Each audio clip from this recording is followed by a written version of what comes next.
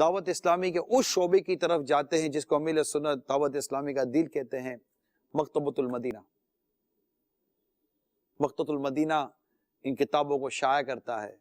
مکتبۃ المدینہ کی شاخیں یعنی اس کی کئی دکانیں، کئی شاپ دنیا کے کئی ملکوں کے اندر موجود ہیں۔ ذرا دیکھیے دعوت اسلامی کا یہ عظیم کام کہ دنیا کے کتنے ملکوں میں دعوت اسلامی نے مکتبۃ المدینہ کی دکانیں، شاپس کھولی ہوئی ہیں، اور وہاں پر عاشقان رسول آ کر کتابیں خریدتے ہیں اور رسالے خریدتے ہیں، اور علم دین عام کرنے، اپنے اندر علم دین بڑھانے، مطالعہ بڑھانے، اسٹڈی کرنے کا کتنا زبردست طریقہ دعوت اسلامی نے امت کو فراہم کیا ہے۔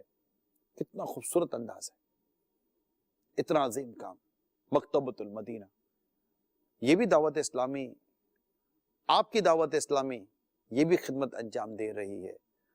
اچھا، پھر صرف یہ نہیں کہ کتابیں خریدی جا رہی ہیں یا کتابیں ہدیتاً حاصل کی جا رہی ہیں، نہیں، آپ کو ایک زبردست اصطلاح بتاتا ہوں۔ آپ نے لنگر کی تقسیم تو سنا ہوگا نا، یہاں تقسیم رسائل کا سلسلہ شروع ہے، یعنی رسالے تقسیم کیے جا رہے ہیں، لوگوں میں مفت رسالے بانٹے جا رہے ہیں۔ کیوں؟